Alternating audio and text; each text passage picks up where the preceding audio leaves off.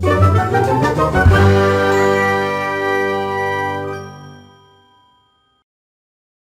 bad and most concerning NBA contracts. It's coming to a time on the calendar when teams will have to decide which it will be, buy, sell or stand pat. It's now trade season in the NBA. The start moved up when the trade deadline moved to the first week of February last season. With nearly every player in the league eligible to be dealt, it's a time when the worst deals, bad fits and those signed just to be trade assets fall under the magnifying glass. But instead of focusing on the summer of 2018 deals that aren't working out, let's look at contracts that are. Okay, we'll look at some of the bad deals and concerning deals further down too. The good. LeBron James, Los Angeles Lakers. Kind of a no-brainer. He's on pace to have his most prolific scoring season in 9 years.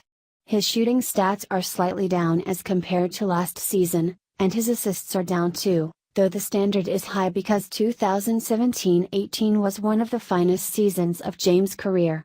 His impact on winning for the Lakers is profound and sublime at the same time. Paul George, Oklahoma City Thunder. It's always good when your max player is playing like one. George is averaging career highs in points, rebounds, assists, steals and all while averaging his fewest minutes since his second season. He also is a major contributor to one of the league's best defenses. Nikola Jokic, Denver Nuggets. Did you see he got the biggest pay raise in league history, going from $1.4 million to $25.4 million? He is one of the rarest commodities, a playmaking big man who at times is too unselfish for his own good. He is number one among all centers in real plus-minus and has been, believe it or not, for 3 years running. Julius Randle, New Orleans Pelicans. This has been an excellent signing for the mid-level exception for New Orleans, adding an impact player who is flourishing while playing with Anthony Davis. Unfortunately for the Pelicans, Randle has been rough on defense and can opt out of his contract next summer. Nemanja Bjelica, Sacramento Kings. He is shooting 45% from three-point range and rebounding well. He probably will never be a good defender, but this is looking like a tremendous value signing for Sacramento, which signed him for 3 years and $20 million. Not to mention that the Kings stole him from the 76ers when he backed out of a deal with Philly to get more years and money in Sacramento. Joe Harris, Brooklyn Nets. 3 years ago, he was injured and out of the league with difficult prospects. Now he is averaging 13 points, shooting 47% from 3 and on a 2-year, $16 million deal. Montrezl Harrell, Louisiana Clippers.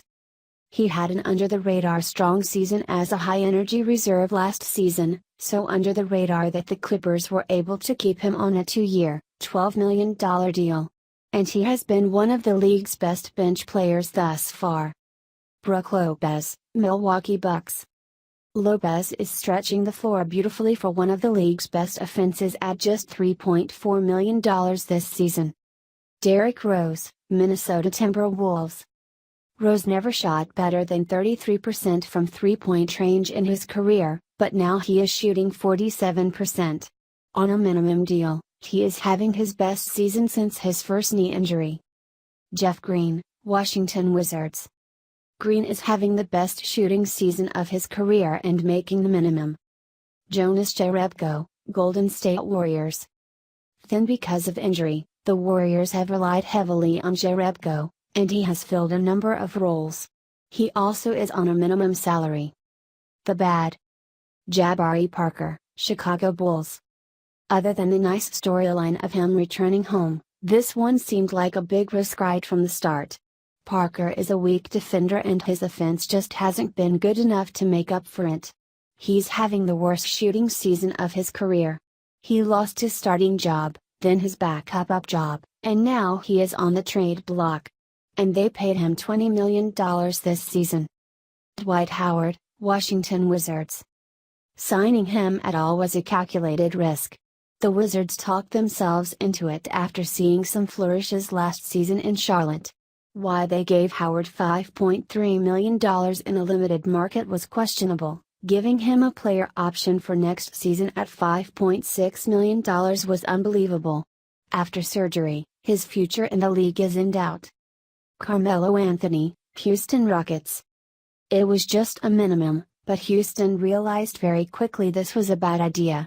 His defense in the playoffs last season was like an anchor for the Thunder. His shooting percentage has dwindled to the point where his value is below replacement player level. Hence, the Rockets replaced him within weeks.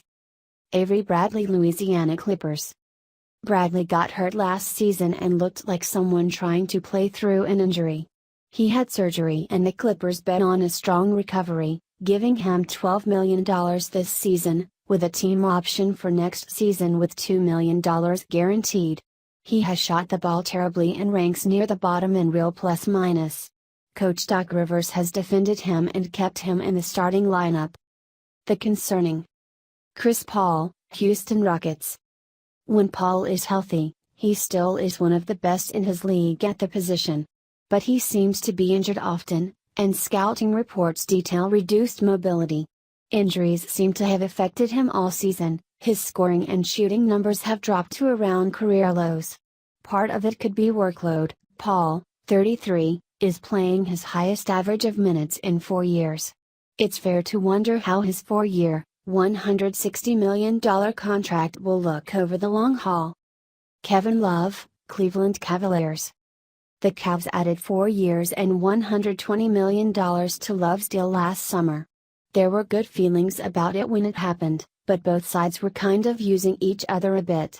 The Cavs were making sure they protected the asset and left open the option of trading him as soon as this season.